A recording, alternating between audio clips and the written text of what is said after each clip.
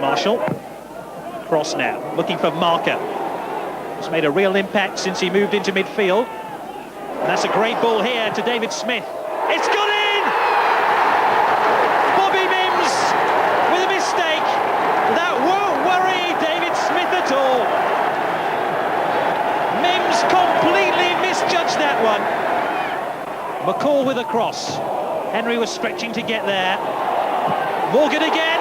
Oh, that's a splendid save by Bobby Mims. Henry. We're now playing stoppage time at the end of the first half. Speedy! It's 1-1! David Speedy's goal-poaching instincts bring him his 21st of the season. We played more than 3 minutes of stoppage time at the end of the first half. Sellers chips it back in. Shilton stretching, they all miss it, and he's got it again. David Speedy scores his second goal in the space of 2 minutes. Counts again. Round, looking for Speedy. On his hat-trick, remember. Chips it into the middle. Oh, Sellers came within inches of making it 3-1. Plymouth must come back into this one if they're going to stay in Division 2.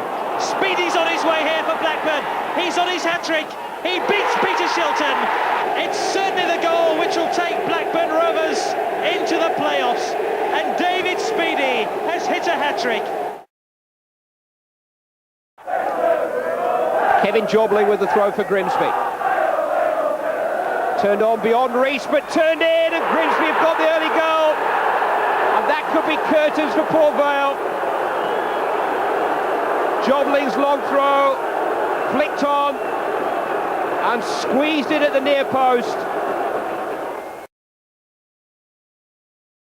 Oxford took the lead through a bad Nolan back pass, deflected into the path of former Liverpool striker John Durnin, a welcome return to his Merseyside roots. John Aldridge's roots were with Oxford, and a nostalgic and a historical day. Bunny Bell's 58-year-old record of 40 in a season equalled. He breaks his record, but not his heart. The win for Oxford sealed by Beauchamp, but Tranmere finished the highest position ever. Even after such a great season, United still needed at least a point to guarantee second place in the league. Brian McClare's determination showed they meant business. Tottenham's poor season was emphasised by this goal. After Giggs' cross, it was Spurs' mistakes as much as United's doggedness that resulted in Mark Hughes' goal after 56 minutes.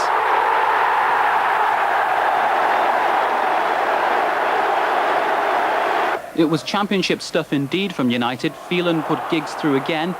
The youngster's cross was met by Hughes for his second goal, United's third.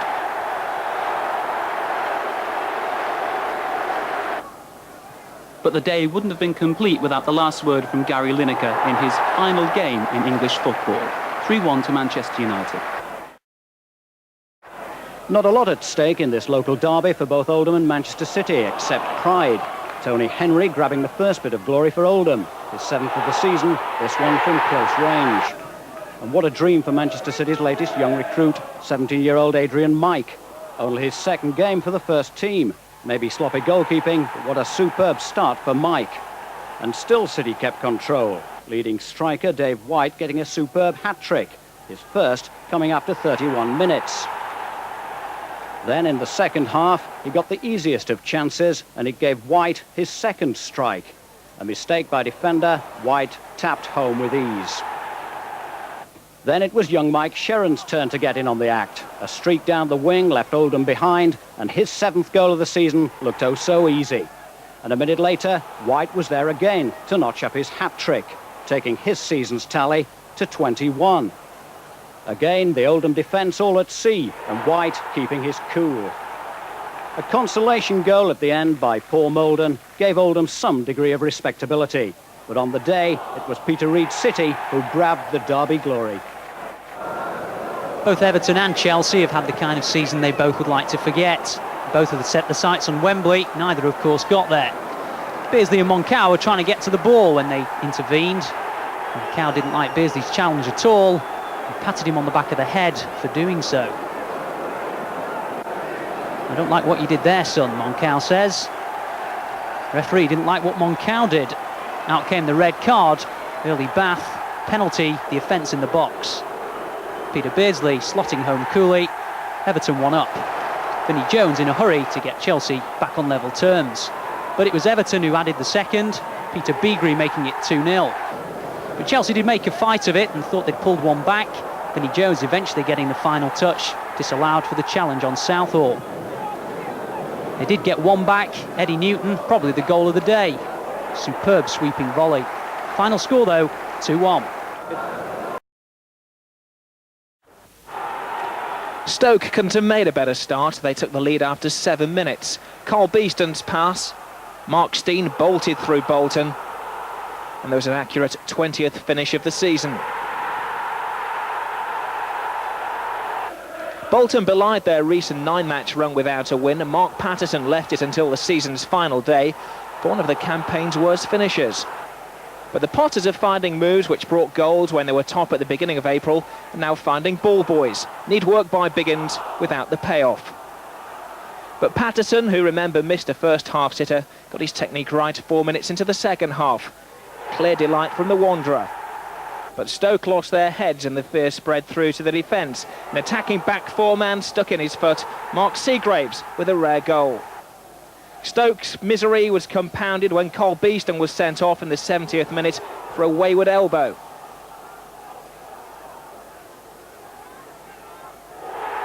And it was completed in the final stages when one of the season's bargain buys, Andy Walker, scored his 18th goal of the season. Lou Macari now has to lift his players for the playoffs. It was all done and dusted in the first quarter of an hour. Stockport simply swamped Birmingham and might have had a penalty in the opening minutes. Peter Ward taking the tumble under the weight of Clarkson's challenge. Stand-in referee George Courtney felt the fullback just got a foot on the ball, and he may just have been right. But after that, the Edgeley Air Force came winging into glory. Jim Gannon's thumping header pointed the way after 8 minutes. And dizzy Birmingham just had time to get back in their places to see Kevin Francis fly past. Number 25 for him, nothing but blue skies for Stockport, 2 up in 12 minutes.